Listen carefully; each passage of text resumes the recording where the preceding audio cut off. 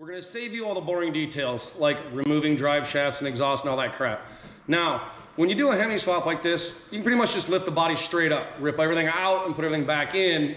But we have a lot of odd aftermarket components underneath this vehicle, and I had some other things I wanted to address why we were doing this Hemi swap.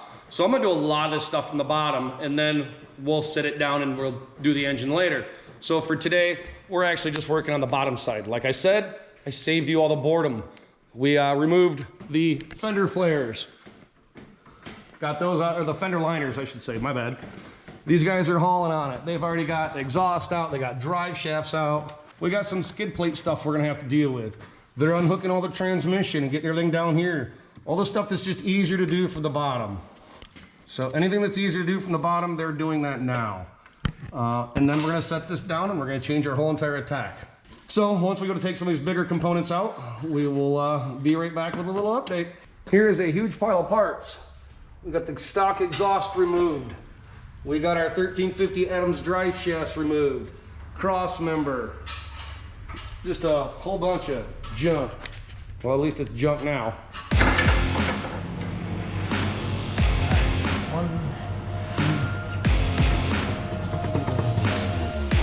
Ready for this thing?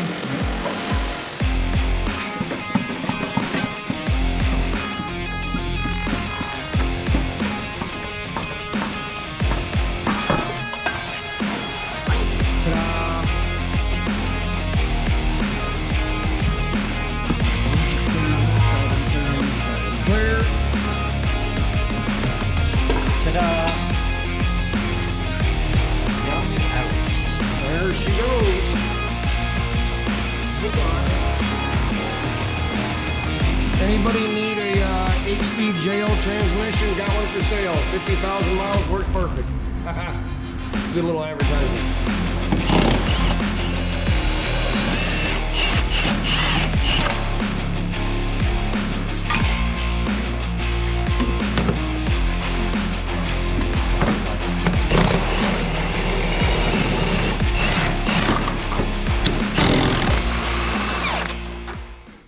These boys have been hauling on this Hemi swap here. So what we've done, I say we, I mean them, they've pretty much stripped the front end off of it.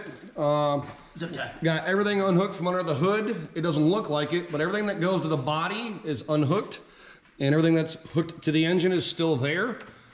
We did a lot more stuff than probably is required. But again, we have a lot of aftermarket stuff on here. We had a lot of different things we needed to deal with that if this was a bone stock vehicle, it probably really wouldn't be a concern. If this was bone stock, not built, you're doing a Hemi swap, I don't think we'd have to deal with a lot of the things we've had to deal with.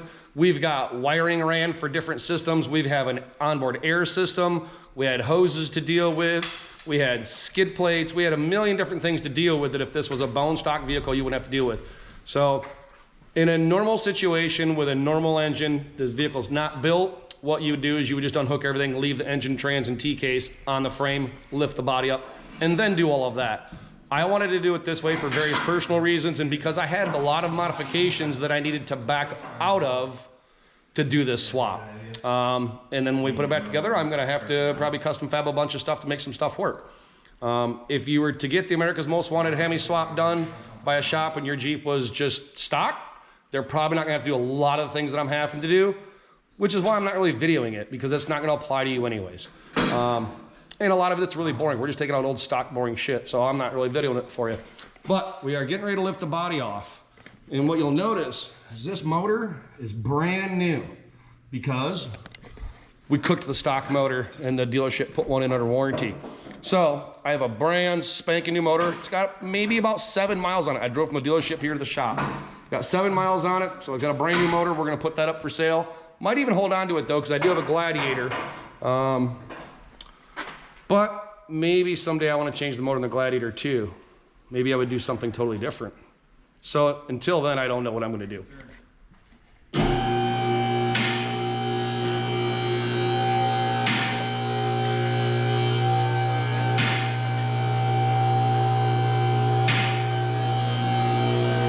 Hey, Shane. Oh, okay. That's good.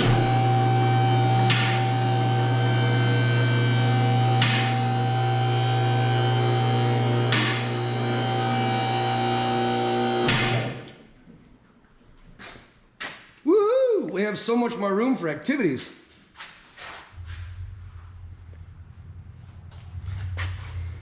Holy cow, this thing is filthy.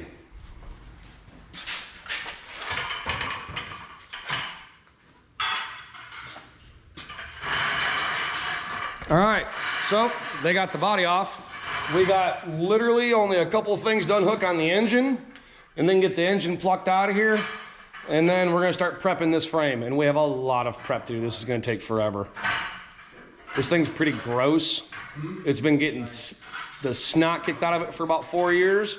So we're gonna do a bunch of frame cleaning and painting. And we gotta do a bunch of modifications and get this Hemi worthy. Because in this state, it's an absolute disgusting mess and it's not Hemi worthy. We've got to do some severe cleaning and painting.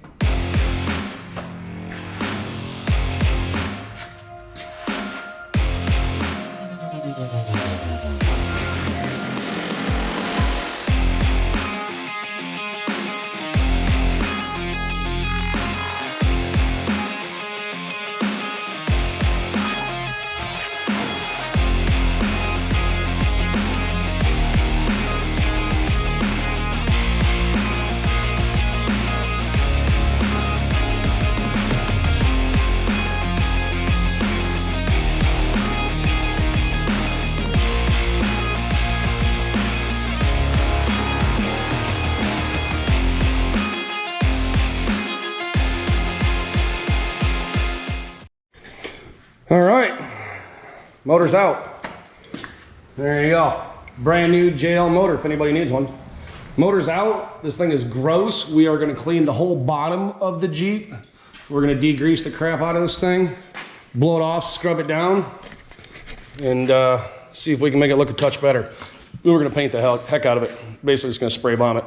I'm gonna use some super clean, see if we can make this thing super clean. We're literally just gonna drown this thing and we're gonna scrub it. We're gonna power wash it and go from there. Hey Eric, you know what's funny about this? What's that? Us guys, we love cleaning our vehicles, but we don't want to clean the house. Nope. I can attest to that.